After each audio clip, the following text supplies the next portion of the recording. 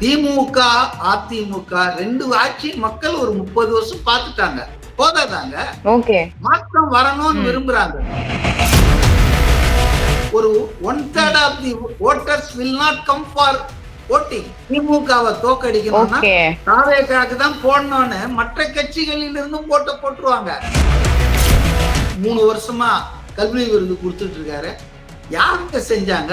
எந்த நடிகர்கள்ங்க சம்பாதிச்ச பணத்தை செலவு பண்ணிருக்காங்க? கொஞ்சம் சொல்லுங்களேன். தமிழ்நாட்டிலேயே கூட்டணி வைக்காமல் கூட்டணி கட்சிகளில் தயவில்லாமல் ஜெயிச்சது கிடையாது, வென்றது கிடையாது. கூட்டணி வச்சு தோத்துருக்கு. அப்ப தனியாக இன்னைக்கு திமுக நிக்க முடியாதுங்க.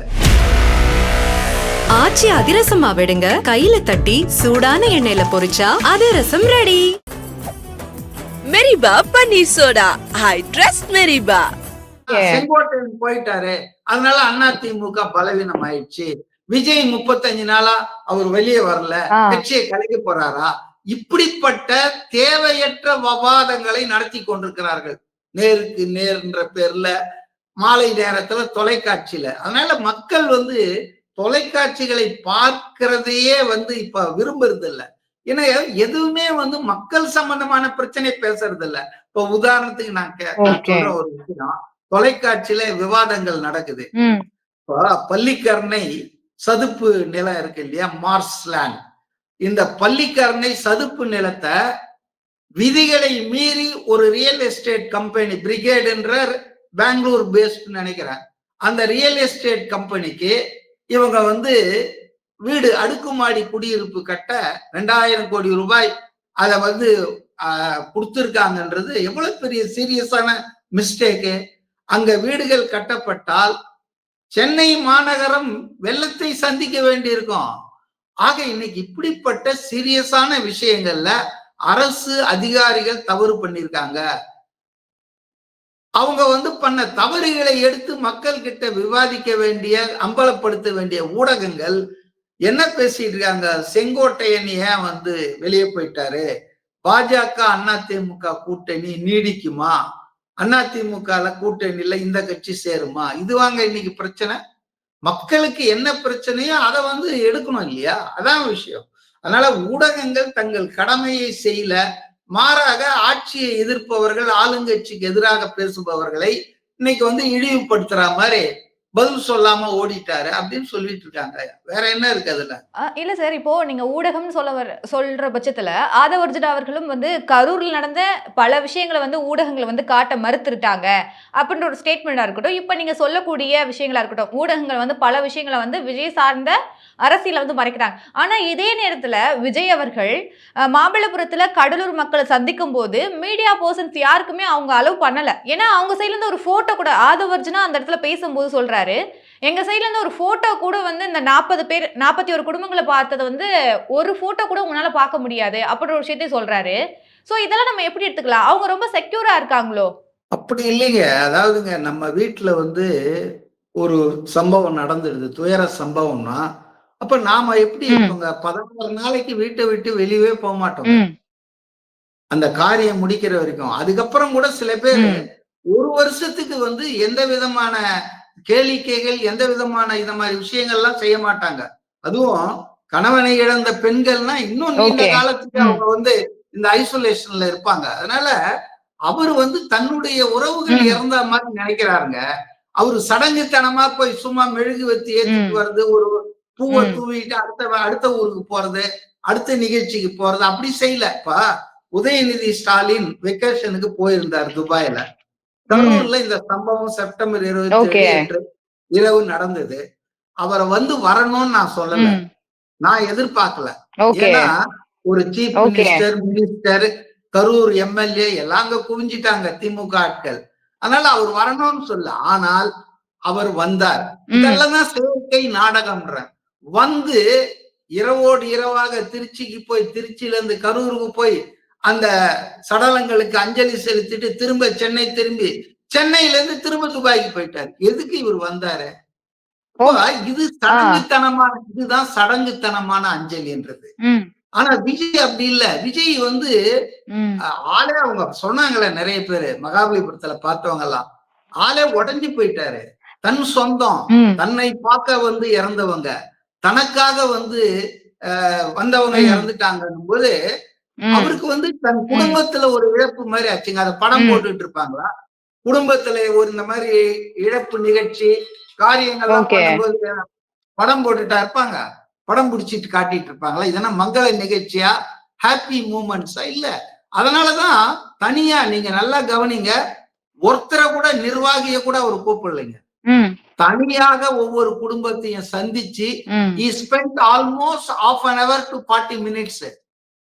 டோட்டலா காலையில 9 மணிக்கு தொடங்குனது, சாயந்தரம் ஒரு 5:30 6 மணி வரைக்கும் நீடிச்சிருக்குங்க. எல்லா குடும்பங்களும் 37 குடும்பங்கள் வந்ததுன்னு சொன்னாங்க.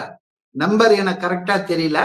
பட் மெஜாரிட்டி அவங்களெல்லாம் சந்திச்சு என்ன உங்களுக்கு பிரச்சனை இருக்கு, எப்படி நீங்க ஃபர்தரா போறீங்க, குடும்பங்களை எல்லாம் தத்து எடுத்துச்சு. நான் கேக்குறேன், இன்னைக்கு நீங்க தெரிஞ்சா சொல்லுங்க, தமிழ்நாட்டுல எத்தனையோ கட்சிக்காரர்கள் கட்சிக்காக உயிரை விட்டுருக்காங்க, கட்சிக்காக தீக்குளிச்சிருக்காங்க.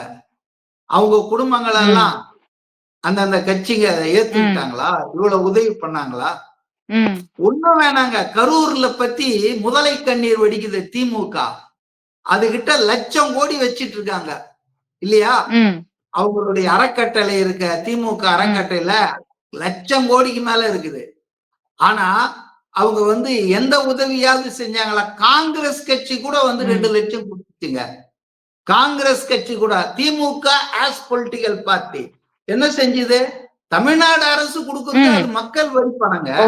இவங்க கட்சியில இருந்து 10 பைசா கொடுத்தாங்களான்னு தான் நான் கேக்குறேன். ஆனா குடமா கண்ணீர் வடிக்கிறாங்க. என்னால இருக்க முடியல, தூங்க முடியல, ராத்திரி நான் ஓடிட்டேன்றாங்க. இதெல்லாம் வந்துங்க தாவேகா நிகழ்ச்சியில இப்படி ஒரு அசம்பாவிதம் நடந்துச்சுன்னு ஒன்னா இவங்க எல்லாம் வந்து அதை முதல் எடுக்கிறதுக்காக இவ்வளவு நாடகம் ஆடினாங்கன்றதுதான் உண்மை. அதாங்க உண்மை. பல பேர் அதை வந்து ஒத்துக்க மாட்டாங்க, நம்ப மாட்டாங்க. ஆனா அதான் உண்மை. ஆனா அந்த மாதிரி நாடகத்தை விஜய் ஆட முடியாது. ஏன்னா அவர் மனிதாபமான உள்ள தலைவர். அவர் வந்து அவருடைய சொந்தங்களை, அவருடைய ரசிகர்களை, அவருடைய ஆதரவாளர்களை அவ்வளவு நேசிக்கிறாருங்க. அவங்கள ஓட்டுறா மட்டும் பார்க்கல, அவர் வாக்காளர்களாகவோ ஆதரவாளர்களையோ பார்க்கல. அவங்க தங்கள் சொந்தங்கள் நினைக்கிறாரு. அதனால அவர் வந்து போட்டோ எடுக்க ஓடுறது, அதுக்கு வந்து வீடியோ எடுக்கிறது யாருமே எடுக்க கூடாது. எனக்கு ஒரு கேள்விப்பட்டேன், ஆதவ் அர்ஜுனோடைய வாய்ஸ் ஆஃப் காமன்ஸ் இருக்கு இல்லையா, அந்த நிறுவனத்தின் சார்பா ஒரு ஆலோசனை கூட சொன்னாங்களாம். ஏதாவது ஒரு குடும்பத்தை நீங்க சந்திக்கிற மாதிரி ஆறுதல் சொல்ற மாதிரி ஒரே ஒரு போட்டோ எடுத்து அதை பொதுவெளியில விட்டாதான் நல்லா இருக்கும் அப்படின்னு சொன்னாங்களாம். ஒரு கேமரா தூக்கிட்டு வரக்கூடாதுன்ட்டாராம் விஜய். அதனால வந்து விஜய் வந்து மனிதநேயம் மிக்க தலைவருங்க. அவரு வந்து அவரால வந்து தடங்குத்தனமா வந்து அஞ்சலி செலுத்துறேன்னு சொல்லிட்டு சும்மா போயிட்டு அடுத்த நாளுக்கு அடுத்த நிகழ்ச்சிக்கு போக மாட்டாரு. அவரால வந்து அவர் வந்து கண்ணீர் விட்டு கதறி இருக்கார், காலை புடிச்சிட்டு கெஞ்சி இருக்காருங்க. மன்னிச்சிருங்க, உங்களெல்லாம் கரூர்ல வந்து சந்திக்க முடியாம உங்களை இங்க வர வச்சதுக்கு மன்னிச்சிருங்க. அவருக்கு என்னங்க தேவையான இதெல்லாம் 20 லட்சம் ரூபாய் கொடுத்துருக்காரு. புரியுதுங்களா? மதுரை மாநாட்டுக்கு முதல் நாள் வந்து ஒரு கொடி அங்க இருந்த ஒரு புதிய இனோவா கார் வந்து பாதிப்பாயிருச்சுங்க.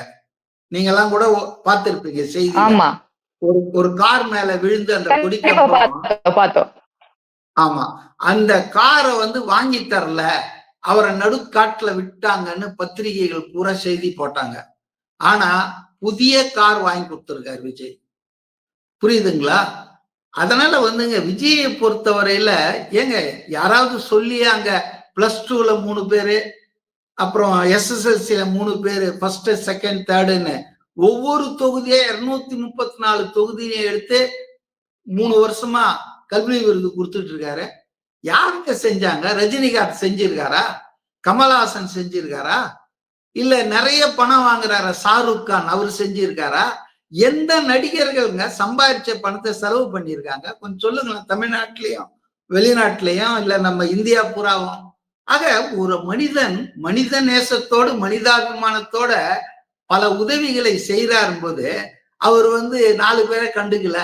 ஏங்க மாணவர்களுக்கே இந்த அளவுக்கு பண்றாரு அப்படின் போது தன் கட்சி மாநாட்டுக்காக வந்து விபத்துல, it was a road accident, திருச்சியில இருந்து வந்தாங்க அவங்க.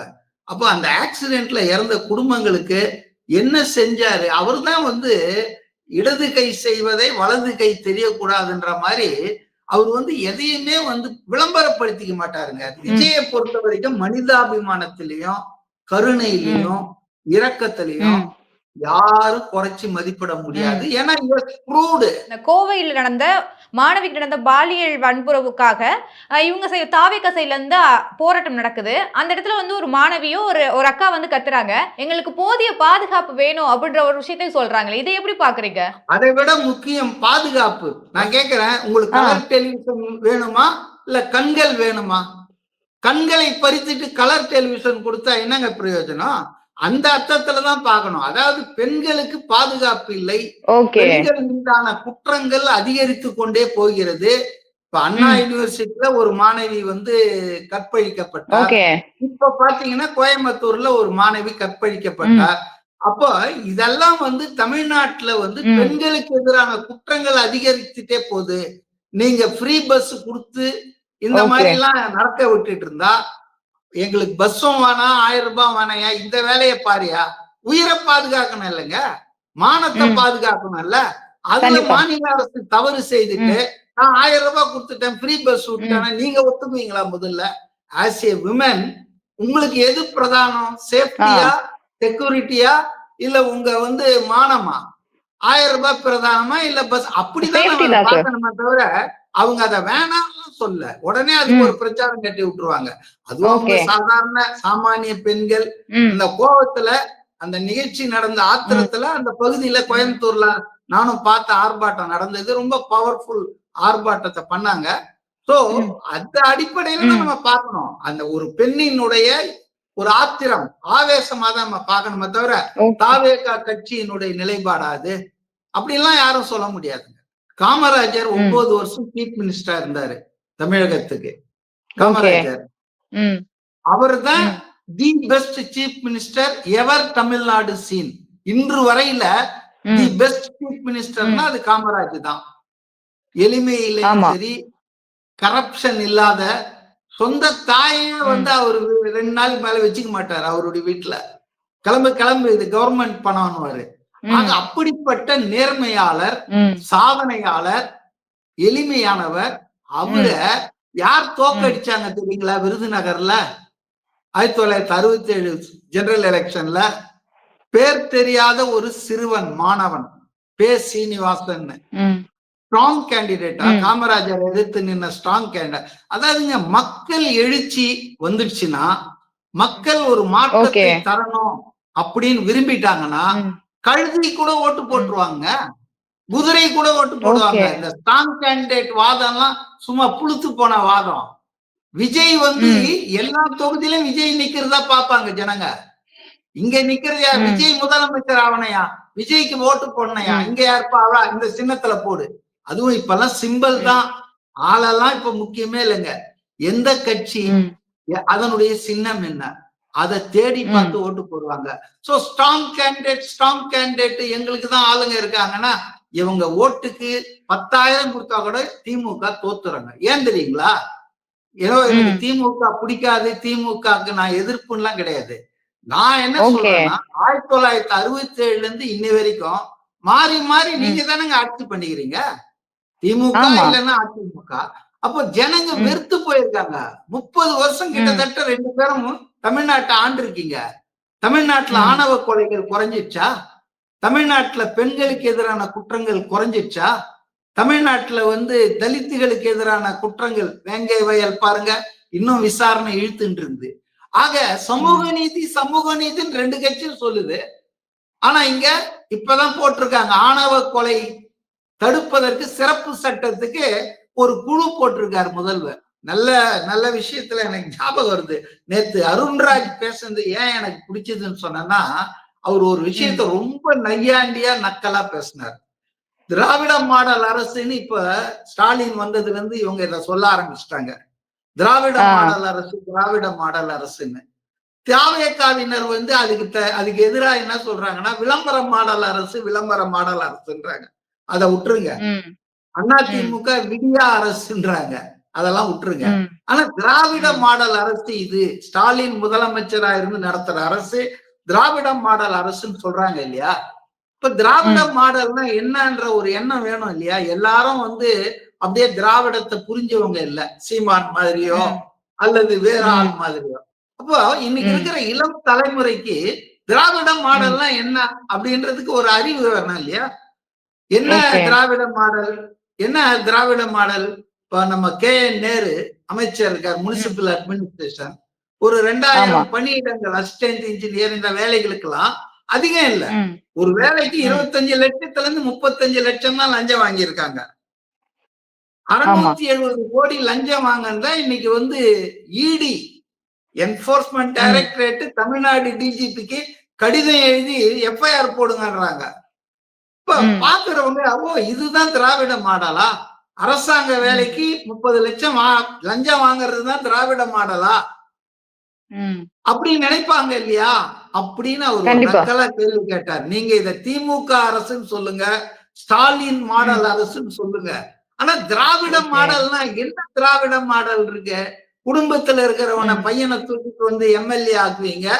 எம்எல்ஏ ம். ஆக்கி எவ்வளவு சீனியர் இருக்காங்க திமுகல.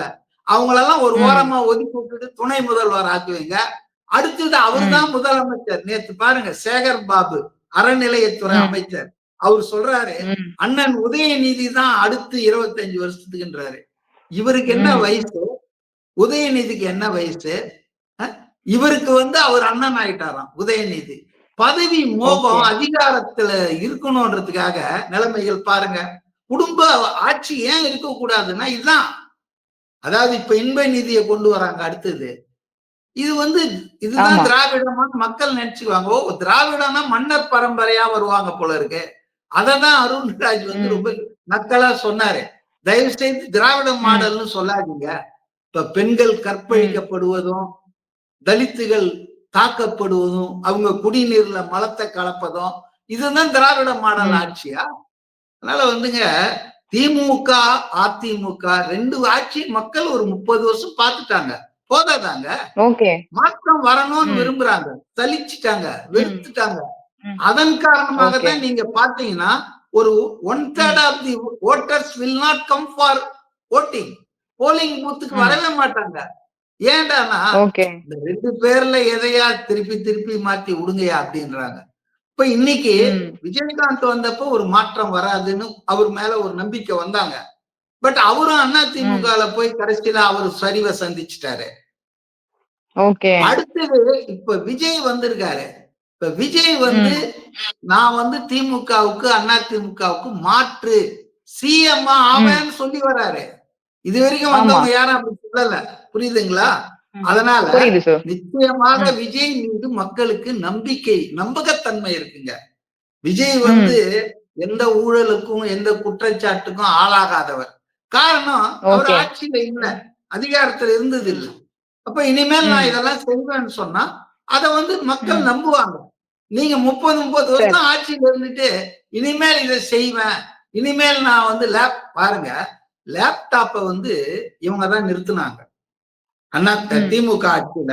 இந்த லேப்டாப்ப ம். மாணவர்களுக்கு நிறுத்திட்டு, இப்ப தேர்தல்ல ம். வச்சு, இப்ப திரும்ப குடுக்குறோம் நாங்கன்றாங்க, கல்லூரி மாணவர்களுக்கு. ஆமா. அதே போல ஆமா. உரிமை தொகை, மகளிருக்கு உரிமை தொகை வந்துங்க, அனைத்து குடும்ப தலைவர்களுக்கும் மாதம் 1000 தான் அவங்க சொன்னது. ஆனா 2 ம். வருஷம் கழிச்சு அவங்க குடுக்கும்போது என்ன சொல்லிட்டாங்கன்னா, தகுதினாங்க. தகுதி தகுதியும் வாய்ந்த. இல்லன்னாங்க. என்ன தகுதி? என்ன தகுதி? ம். அதுக்கு அடுத்தது இப்ப என்ன பண்றாங்க? தேர்தல் சிக்கலாயிட போகுதுன்னு.